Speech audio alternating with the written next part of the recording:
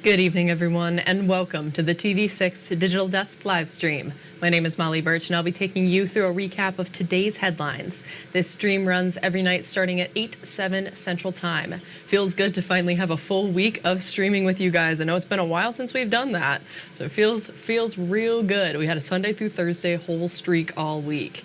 You can find us streaming on Facebook or YouTube, whichever platform you'd prefer. You can feel free to comment and ask any questions you have in the chat as you feel like it. I'll do my best to keep an eye on those comment sections and answer your questions as we go and after the stream as well. With all of that business out of the way, let's take a look at our first story for tonight. In a developing story, the Marquette County Sheriff's Office says Under Sheriff Daniel Willie died today after a short illness.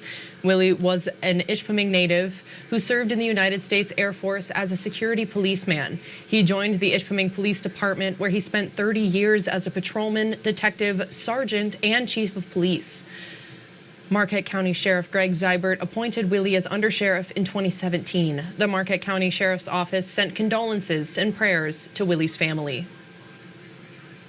And the Marquette County dog that went missing more than a week ago has been found safe. We first told you about him on Tuesday. The Retrievers, a Minnesota-based lost dog team, helped with the search. They tell us Nitro was found today. Nitro's owners say he was found at someone's camp. They add he has some minor wounds, but he's going to be fine. And a decades-old building in Bessemer is under demolition. The former Gambles building on the corner of Sophie and Longyear Street is now a pile of debris. Demolition started Wednesday. The cost of the demolition was almost $250,000. City officials say it took more than a year to get the demolition started. They add the building hasn't been used in years. It's been in tough shape for a long time. We've had many different owners over the last 10 years. Most of them have done nothing but take out the plumbing, the furnace, take out the internals, and just leave it to rot. After the demolition is complete, there will be an open lot available to purchase. Ozier says the city will have to wait and see what becomes of the space. And pharmacies across Michigan are facing financial challenges. Large chains like Walgreens and Rite Aid are closing locations across the nation. Independent pharmacies have also seen slower reimbursements from insurers. The owner and president of the drugstore says pharmacies are adding services to keep customers coming back. There are many people that struggle to manage their medication, and we try to do our best to keep people on track as much as possible. A mail-order pharmacy won't do that. Marchetti said the drugstore is still financially viable and hopes it will continue to be so in the future. New bipartisan legislation has been introduced in the State House looking to close the dark stores tax loophole.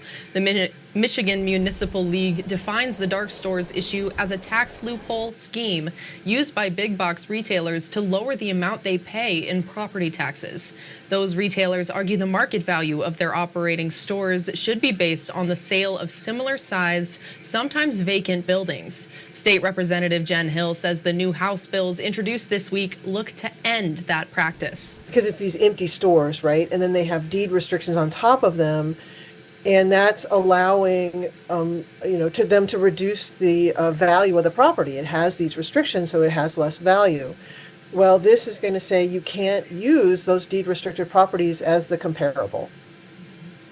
State Senator Ed McBroom has been trying to close the dark stores tax loophole for more than a decade.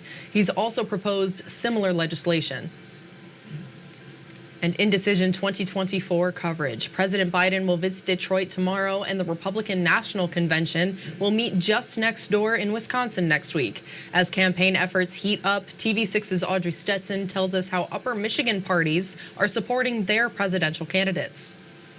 The presidential primary is just a month away, and Michigan is expected to be a key swing state this year. That's why UP Democratic and Republican parties are supporting their respective presidential candidates by getting voters to the polls. Michigan's 1st District GOP Chair Dare Rendon says she expects Republican voting to be strong. Our county parties, our Republican county parties, are growing. We have more people on the ballot to be precinct delegates than we ever have before.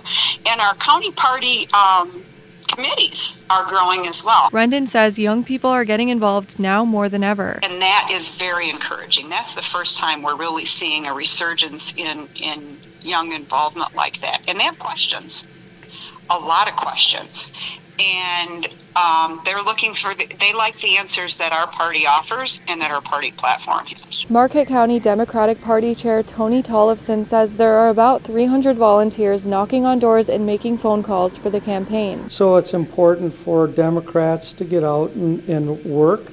When we get the message out and when people get out and vote, we get the kind of results that are positive for the people. Tollefson says voters in Michigan, including the UP, were crucial in the last two elections and will be once again. Because of the fact that we already had the First Lady and Second Gentleman here, there was also anticipation that there would be maybe the Vice President or President that would maybe come here in the fall, and we just won't know until the campaign plays out later this year. The primary election takes place August 6th. Audrey Stetson, TV6 News.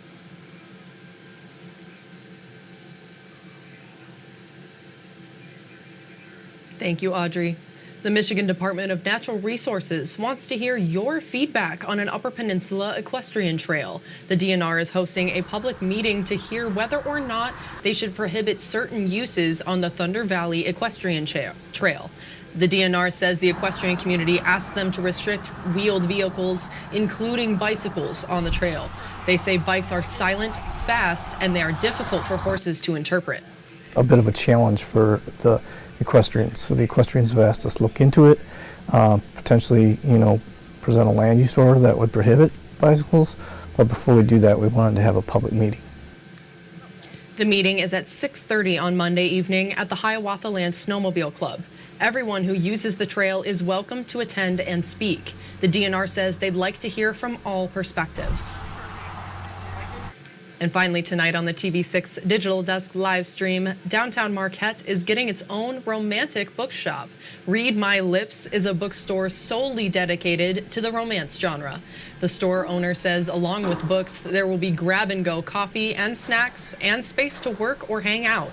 The owner says the goal is to create a comfortable and welcoming space for romance lovers, and even though that is the only genre offered, there will still be a variety. We will be having every type of subgenre you can think of. So your sports romances, rom-coms, romantasy, dark romance. There will be even like closed door, meaning not very spicy. The Read My Lips grand opening is planned for July 20th at 10 in the morning. It will feature giveaways, vendors, photographers, and a local author book signing. That's all the stories we have for you tonight. I'll see you again. Just kidding. I'll see you on Sunday at 8 p.m. Eastern. It is Thursday after all. But first, you can find TV6's Mandy Koskela and Michael Sobek streaming from the TV6 Facebook page every weekday morning at 8:45 Eastern Time. They'll be recapping top stories from the morning on their show, Beyond Your Morning News. Until next time, and that's Sunday, I'm Molly Birch, and thanks again for joining me live at the TV6 Digital Desk. Have a great rest of your night and a great weekend.